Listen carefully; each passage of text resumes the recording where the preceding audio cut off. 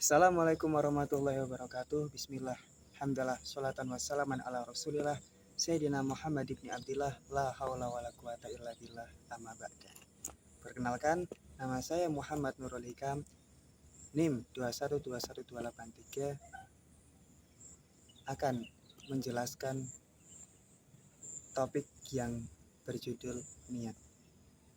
Sesuai hadis Nabi Muhammad SAW, innamal a'malu binniyat wa innamal likulli imri'in ma nawa. Al-hadis. Disebutkan, sesungguhnya setiap amal itu tergantung dengan niatnya. Wa innamal likulli imri'in ma nawa. Dan setiap segala sesuatu itu diganjar menurut dengan niatnya. Kita beramal baik, tetapi niat kita buruk, maka amal tersebut atau perbuatan tersebut akan menjadi amal yang buruk. Contohnya kita sedekah ke masjid, kita sedekah uang 50.000, niat kita sedekah agar dipuji orang lain, maka sedekah itu tidak diterima dan kita tidak mendapat pahala, karena dari awal niatnya sudah tidak baik. Berbeda kalau kita sedekah 1.000 rupiah, tetapi niat kita benar-benar ikhlas untuk membantu masjid, untuk amal jariah, maka meskipun sedekah kita 1.000 itu bisa bernilai lebih dari 1.000, karena tergantung dengan keikhlasan kita, tergantung dengan niat kita. Begitu juga dalam ibadah, ketika kita sholat, kita tidak niat, tidak mau niat, hanya sekedar sholat tanpa niat, maka sholat kita tidak akan diterima. Karena yang membedakan antara kegiatan sehari-hari dengan ibadah adalah niat. Mandi besar, tetapi kita tidak niat mandi besar untuk menghilangkan hadas besar, maka akan menjadi mandi biasa. Meskipun syarat-syarat seperti meratakan air ke seluruh badan itu sudah termasuk syarat-syaratnya, tetapi kehilangan poin yang paling penting adalah niat. Aspek niat bisa kita implementasikan dalam kehidupan sehari-hari. Ketika kita ingin kuliah, ketika kita ingin melanjutkan ke perguruan tinggi, maka kita niat kuliah itu harus kita niatkan dengan niat-niat yang baik. Yang pertama adalah untuk menghilangkan kebodohan. Yang kedua, belajar ilmu agama dan ilmu dunia untuk memperbaiki diri kita sendiri, untuk bekal kita di akhirat, dan untuk membantu kesesama teman, membantu lingkungan, membangun negeri, dan membangun agama. Karena kita sebagai pemuda kelak yang akan menurunkan estafet perjuangan para pendiri bangsa. Maka dari itu, kita niatkan kuliah kita niatkan ibadah kita niatkan segala tingkah laku kita dengan niat yang baik.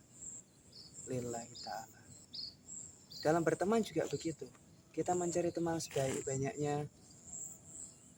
Tidak harus kita berteman dengan hanya orang baik, melainkan kita berteman dengan siapapun, entah itu orang baik atau orang yang kurang baik, kita boleh berteman dengan mereka. Tetapi kembali lagi ke diri kita harus niat yang baik. Niat berteman dengan orang baik agar mendapat kebaikan mereka. Niat berteman dengan orang yang buruk, orang yang jahat, agar mendapatkan pengalaman dan hikmah. Karena segala sesuatu itu tidak terjadi dengan seketika, pasti ada proses. Seperti itu.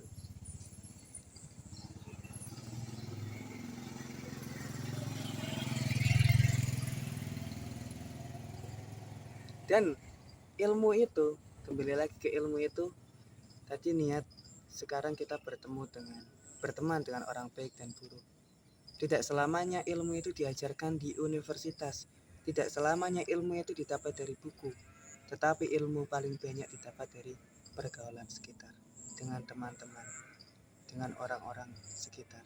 Entah itu orang baik atau orang buruk, semuanya jika kita bisa mencermati, kita akan mendapatkan ilmu yang tidak bisa kita pelajari di universitas manapun. Orang-orang yang kehidupannya terkesan jelek, preman-preman, berandal-berandal, para wanita malam, dibalik ke hitam hidup mereka, pasti terdapat ilmu, terdapat cerita yang dapat menginspirasi kita. Rasulullah pernah bersabda, "Ungdur makola walatang dur makola." Lihatlah apa yang diucapkan, jangan pernah melihat siapa yang mengucapkan. Hadis itu mengajarkan agar kita tidak sombong, tidak bersikap takabur. Mentang-mentang kita mahasiswa, sehingga kita tidak mau berkumpul bersama orang yang tidak terpelajar. Rasul tidak pernah mengajarkan seperti itu. Rasul mengajarkan agar kita tetap mengambil ilmu dari siapapun. Tidak bersikap sombong, tidak bersikap takabur. Mengajarkan ilmu, belajar ilmu bahkan dari tukang becak, belajar ilmu kehidupan dari pedagang-pedagang yang ada di pinggir jalan, belajar keikhlasan dari tukang parkir, dan sebagainya. Tidak bersikap sombong, takabur, mentang-mentang kita mahasiswa sehingga kita merasa diri kita paling tinggi. Itu salah. Rasulullah sendiri, wa kana Rasulullah sallallahu alaihi wasallam syadidal haya'i wa tawadu.